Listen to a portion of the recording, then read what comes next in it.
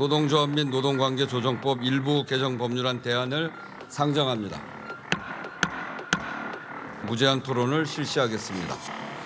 먼저 이미자 의원 나오셔서 토론해 주시기 바랍니다. 왜 다 나가셔요? 좀 계셔요. 문재인 정부 때도 절대 다수석을 차지하고 있었고 거부권 행사하지 않았을 텐데 왜 문재인 정부 때는 이 법을 통과시키지 않았나요?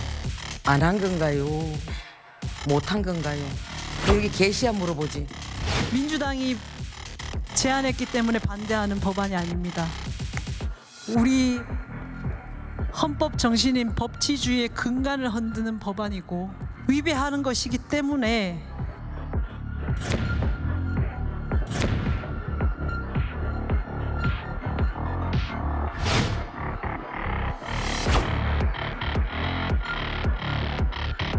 민주당식 밀어붙이기인데요.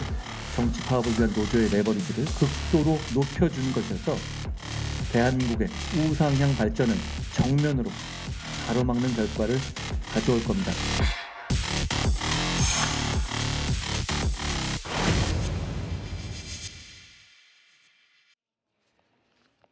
자, 이 시간부터 도움 말씀 주실 네 분 소개하겠습니다. 정혁진 변호사, 박성민 전 민주당 최고위원, 구자홍 동아일보 신동아팀 차장, 강성필 민주당 국민소통위 부위원장 이렇게 네 분입니다. 안녕하십니까? 어서 오십시오.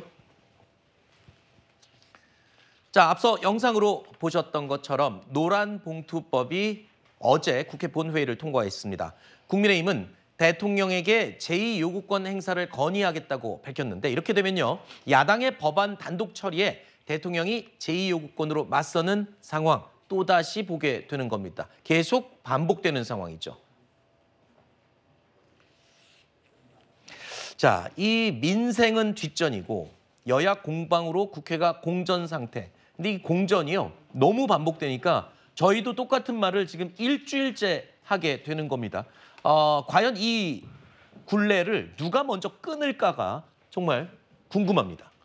사실 이 굴레를 누가 먼저 끊을까라고 순번을 정하는 것보다는요. 네. 이 정도 상황 되면 국회의장이 중재를 해가지고 네. 여야 원내대표 모여서 정말로 이 콘클라베처럼 뭐가 해결되지 않으면 밖으로 못 나가게 해야 됩니다. 네. 아니, 국회가 개원한 지 2달이나 지났는데 법안 통과 하나도 안 돼 있고 오늘 같은 이 노란 봉투법 같은 경우도요. 사실 뭐 쟁점이나 뭐 다른 의견이 있을 수 있거든요. 네. 그러면 서로 얘기를 해야 되는 거예요. 사실 이 노란 봉투법 같은 것도 두 가지 쟁점인데 하나는 진짜 사장 나오라는 거예요. 그러니까 아니 고용 환경이 복잡해지고 노동자들도 고용 상태가 이게 단순하지가 않으면 거기에 맞춰서 시대가 변해야 되는 건데 실질적으로 지배력을 주고 통제력을 주고 있는 이 진짜 사장을 만날 수가 없는 플랫폼 노동자들이 많기 때문에 네. 이분들을 좀 지켜야 된다. 이런 측면에서 하여튼 여야가 빨리 만나야 된다. 이렇게 말씀드리겠습니다. 지금 국회의장이 좀 중재를 해야 된다라고 필요성을 언급하셨는데 이 극한 대립 상황에서요. 어제 실제로 우원식 의장 주재로요. 추경호, 박찬대 두 원내대표가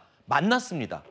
점심 식사를 같이 했는데 글쎄요. 뭐 성과가 없었나요? 원내대표가 이럴 때 역할을 정말 발휘해야 되는 거 아닌가요? 그런데 법안의 내용을 보고 거기에 따라서 중재를 하든 말든 해야지. 네. 좀 전에 강성필 부위원장이 그렇게 말씀하셨지만 제가 그 개정안 봤더니 어떻게 되어 있냐면요.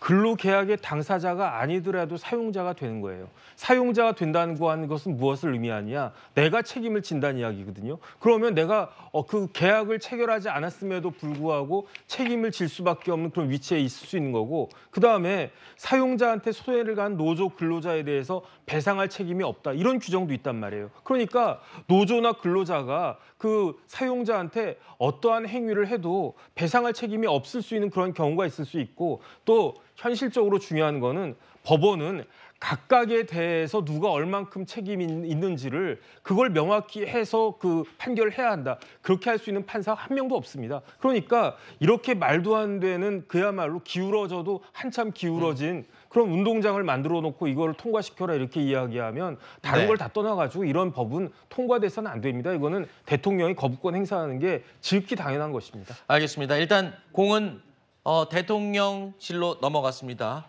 윤 대통령의 제2요구권이 다시 행사되는 게 다음 수순인 것 같습니다. 지켜봐야 될 상황이겠죠.